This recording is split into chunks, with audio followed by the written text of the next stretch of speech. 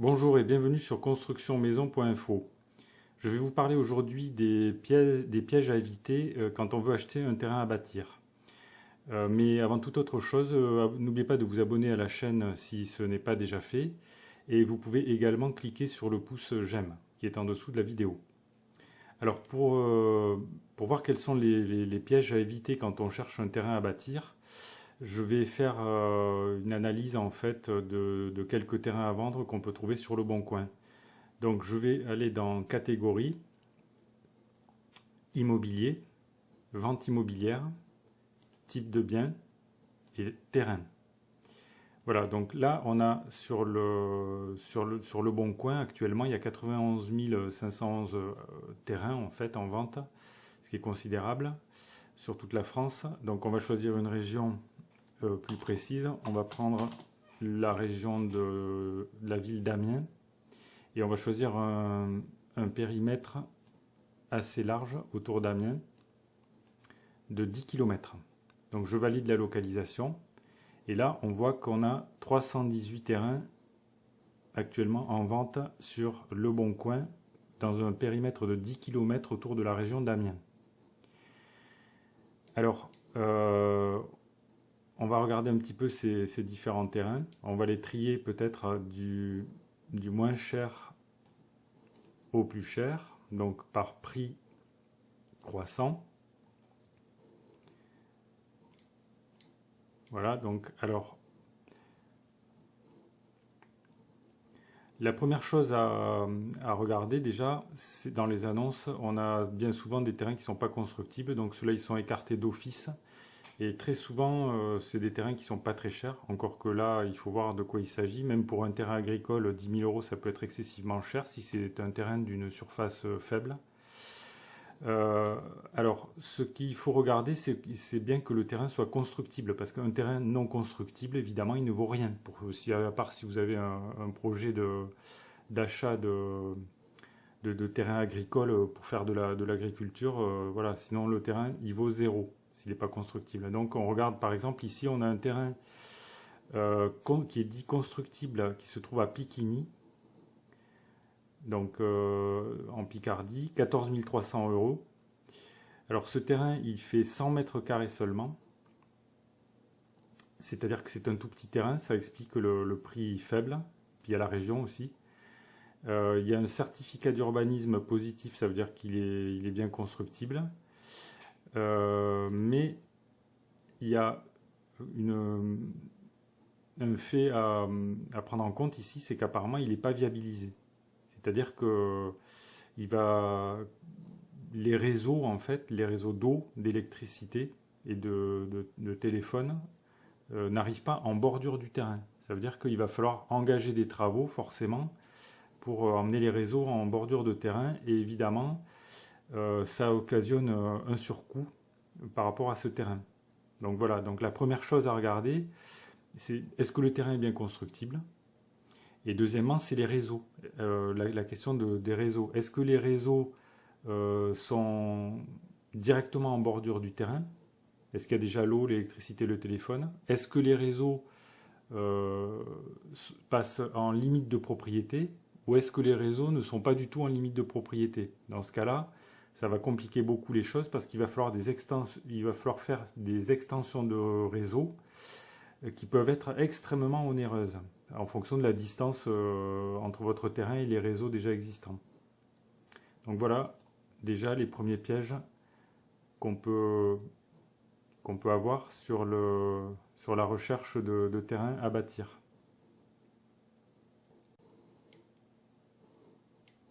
Alors ici on a typiquement un piège en fait, où on a le vendeur là qui met un terrain à vendre à 25 000 €, un terrain dit de loisir. Bon, un terrain de loisir en fait c'est un terrain agricole en fait, ça peut être une lande ou n'importe quoi en fait comme type de terrain, une forêt, mais sûrement pas un terrain constructible. Il est pas, en fait, terrain de loisir, il n'y a pas de statut juridique spécial pour ça n'existe pas, c'est une invention des vendeurs, ça, pour vendre leur terrain. Et ce terrain n'étant pas constructible, il n'a aucun intérêt pour quelqu'un qui veut faire construire. Voilà, donc bon, ici par exemple, il s'agit d'une lande donc, de 8712 mètres carrés qui pourrait avoir un intérêt agricole éventuellement, mais sûrement pas pour faire construire une maison.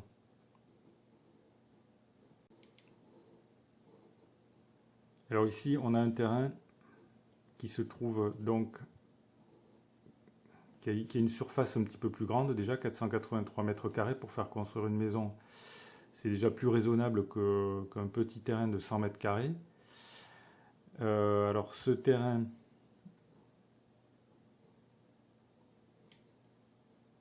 il est vendu par une agence immobilière. C'est un terrain à bâtir, donc il est constructible. Et il est, comme on le voit dans l'annonce ici, il est viabilisé en eau. Mais en eau seulement, ça veut dire qu'il y a l'eau, mais il n'y a pas l'électricité, et ni les télécoms. Donc là, en fait, il faut voir un petit peu les frais qu'il va falloir engager pour amener l'électricité sur le terrain. Et alors là, les frais, tout dépend en fait à quelle distance se trouve le réseau électrique. Si le réseau électrique se trouve à moins de 30 mètres de la limite de propriété, les frais ne seront pas trop élevés. Par contre, si le réseau se trouve à plus de 30 mètres, là il va falloir faire une extension de réseau et les frais peuvent être extrêmement chers selon la distance à couvrir. Alors en ce qui concerne ce terrain, on voit qu'il y a déjà une petite bâtisse dessus, un garage. Alors ça peut être bien et pas bien en même temps, parce que si soit vous voudrez garder cette construction, soit vous ne voudrez pas la garder, et si vous ne voulez pas la garder, il va falloir la faire démolir. Et dans ce cas-là, la démolition, ce sont des frais. Alors, il y a des terrains très chers, bon, qui sont peut-être des terrains à bâtir, mais qui ne vont pas vous intéresser parce que ce site industriel sur 17 000 m², c'est certainement pas fait pour des particuliers qui veulent faire construire des maisons.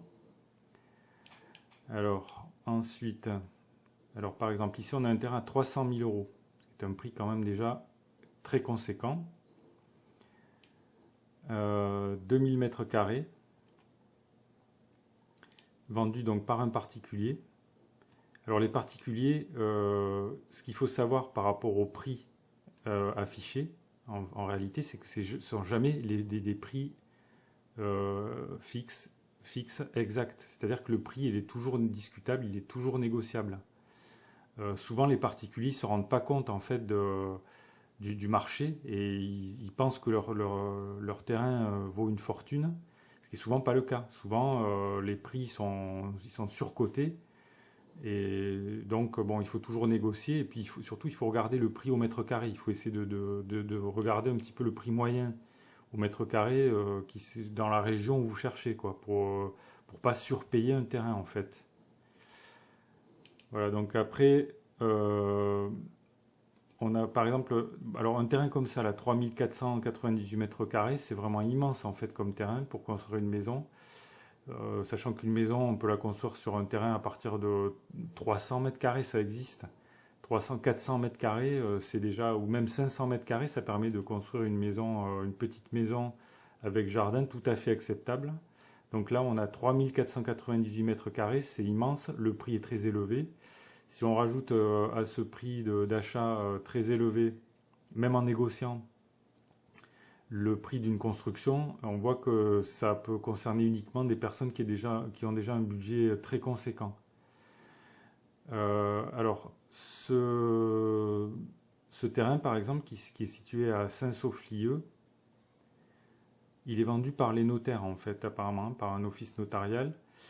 Donc les notaires, ils sont souvent en première ligne par rapport aux ventes de terrain, puisqu'ils ont accès à toutes les successions. Et donc il arrive bien souvent que les personnes qui vont avoir une succession confient la vente de leurs biens immobiliers aux notaires. Donc, et puis avec les notaires, c'est une profession réglementée, donc ils sont assermentés. Ils peuvent pas faire n'importe quoi. Par contre, ils peuvent vous vendre un terrain trop cher. Ça, c'est possible. Ça veut dire que c'est pas parce que c'est le notaire qui vend le terrain que le prix va être forcément au prix du marché, quoi. Là, c'est toujours pareil, que ce soit un particulier, une agence immobilière ou un office notarial, il faut toujours discuter le prix. Puis il faut regarder si ça correspond bien au prix du marché local et à vos besoins à vous. Il faut regarder vos propres besoins. Alors là, par exemple, le problème de ce terrain, de cette annonce en tout cas, c'est que on ne sait pas en fait si ce très grand terrain est viabilisé. Donc ça n'a pas été mis dans l'annonce et il est probable qu'il ne soit pas viabilisé. Et par conséquent, s'il faut engager en plus du prix très élevé du terrain, des frais importants pour amener l'eau, l'électricité et les télécoms, ce ne sera pas possible en fait. Alors moi je pense que ce genre de terrain-là, à bâtir, il est plus adapté à des promoteurs en fait, à des promoteurs immobiliers qui vont pouvoir l'acheter pour le découper en morceaux et justement faire un lotissement.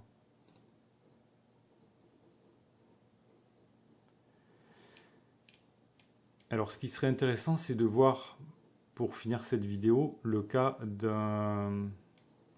d'une vente de terrain par un lotissement.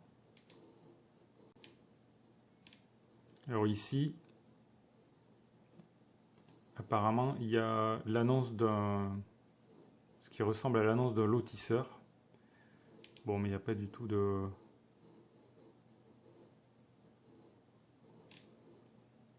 Bon, on va changer de région.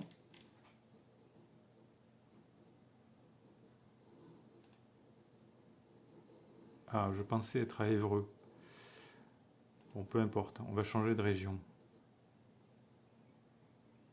On va aller voir, mettons, on va partir vers le sud, Albi. On va chercher dans un rayon de 20 km autour d'Albi. Alors là, il y a beaucoup de résultats. 589 terrains.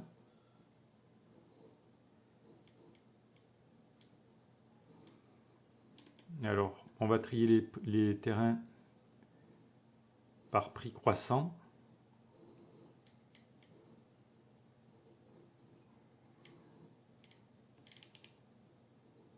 Et on va peut-être modifier le prix, sinon je vais me retrouver avec tous les terrains. On va faire minimum, on va mettre les terrains à partir de 25 000 € pour écarter tous les terrains non constructibles en fait. Et là on se retrouve quand même avec 535 résultats, ce qui est quand même assez considérable.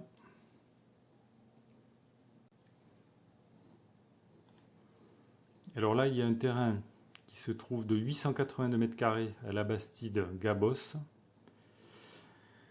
Donc 81 400, 882 mètres carrés, terrain à bâtir, dans un petit lotissement. Donc, alors là, ça c'est très intéressant, parce que tout à l'heure j'ai parlé des réseaux, des eau, électricité et télécom. Donc là, l'arrivée des réseaux, et puis il y a la question de l'évacuation en fait, qui est très importante pour la valeur d'un terrain en fait, parce que là, assainissement autonome, ça veut dire qu'il n'y a pas d'assainissement collectif, donc il n'y a pas de station d'épuration, il n'y a pas d'égout en fait, donc il va falloir que le constructeur de la maison fasse un assainissement par lui-même, une fosse septique. Voilà, donc ça veut dire que faire une fosse septique, ça veut dire un surcoût, qui peut être assez important selon la personne à qui vous faites faire les travaux. Ça peut aller minimum 5 000 € à 15 000 € pour faire un assainissement autonome. Parfois, ça peut même être assez compliqué selon la nature du sol. Si vous avez un sol très dur, bon ici ça n'a pas l'air d'être le cas, ça peut faire l'affaire. Encore il faut voir parce que le terrain a l'air en pente. Donc ici, le prix du terrain est assez bas, on va dire.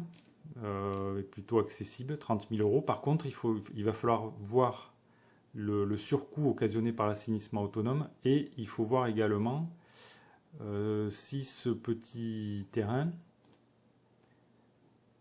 il est viabilisé ou pas. C'est-à-dire, est-ce qu'il y a les réseaux qui arrivent sur place? C'est pas sûr. Voilà, donc encore un piège, encore une fois, il faut regarder en fait la question de l'évacuation des eaux usées. C'est très important.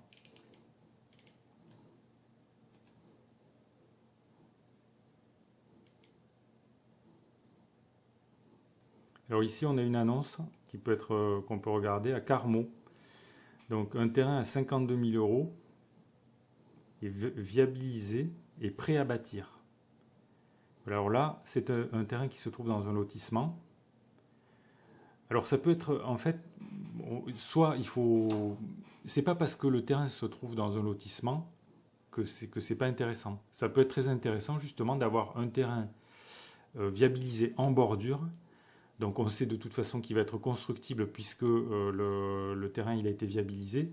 Donc il n'y a aucun souci par rapport aux questions de viabilisation. C'est quelque chose, ce sont des frais en moins. Bon après on le retrouve, on va le payer bien sûr. Hein. Le lotisseur il gagne sa vie en viabilisant les terrains et en faisant une marge sur la différence entre son prix d'achat de terrain non viabilisé et ses prix de terrain découpés et viabilisés. Alors ce qui est intéressant c'est que dans le lotissement, il y a des normes en fait par exemple par rapport à la largeur des routes, par rapport aux arbres, par rapport aux espaces verts, etc. Et le lotisseur, forcément, il va être obligé de les respecter, sinon il ne pourra pas commercialiser ses lots. Donc ça peut être quelque chose de très bien d'acheter un terrain vendu par un lotisseur professionnel, parce que vous avez quelque chose qui est prêt. Qui va être prêt, vous pouvez construire tout de suite en fait. Vous avez l'eau et l'électricité, il n'y a plus qu'à faire des branchements pour emmener l'eau et l'électricité directement dans votre maison, mais vous pouvez construire tout de suite, ce qui n'est pas le cas si vous achetez un terrain qui n'est pas viabilisé, qui est constructible mais pas viabilisé. Voilà. Alors dans le cas de cette annonce, on voit qu'il y a l'eau, l'électricité, le gaz en plus, et le tout à l'égout. Ça veut dire que le terrain, c'est très bien parce qu'il y a un assainissement collectif et vous n'aurez pas besoin de faire une fosse septique et un assainissement autonome. Donc c'est des coûts en moins. Donc là, le terrain, il n'est pas donné peut-être, mais le fait qu'il soit prêt à l'emploi, c'est un avantage énorme. Voilà. Bon, je crois que j'ai fait un peu le tour en ce qui concerne les problèmes, en fait, les erreurs à pas faire en fait quand on regarde un terrain. Elles concernent essentiellement quand même la question de la constructibilité. Attention à ne pas acheter un terrain agricole. Bon, de toute façon, après le notaire, vous serez forcément informé. Le notaire, il vous dira si le terrain il est à bâtir, il est constructible ou pas. Il bloquera la vente en fait. Mais ne vous laissez pas emballer par des terrains à bas prix. Des terrains à 10 000 euros, la plupart du temps, c'est plutôt des terrains à bâtir, des terrains agricoles ou des landes, etc., qui ne sont pas constructibles et donc ils sont exclus d'office pour quelqu'un qui veut faire construire. Donc il faut que le terrain soit constructible et puis surtout les problèmes principaux concernent la viabilisation. Soit elle est déjà faite, soit elle n'est pas faite et dans ce cas-là, il va y avoir des surcoûts. Et puis le dernier problème, c'est le problème de l'assainissement. Soit c'est un assainissement collectif où vous pouvez vous brancher sur les réseaux publics, soit il n'y a pas d'assainissement collectif. Dans ce cas-là, c'est à vous qu'il va falloir, c'est vous qui allez devoir prendre en compte, en charge les frais de mise en place d'un assainissement autonome. Voilà, donc cette vidéo est terminée. Si elle vous a intéressé, vous pouvez cliquer sur le pouce j'aime sous la vidéo. Vous pouvez également vous inscrire à la newsletter gratuite. Et je vous remercie pour votre attention et je vous dis à très bientôt pour de nouvelles vidéos sur la construction de maisons.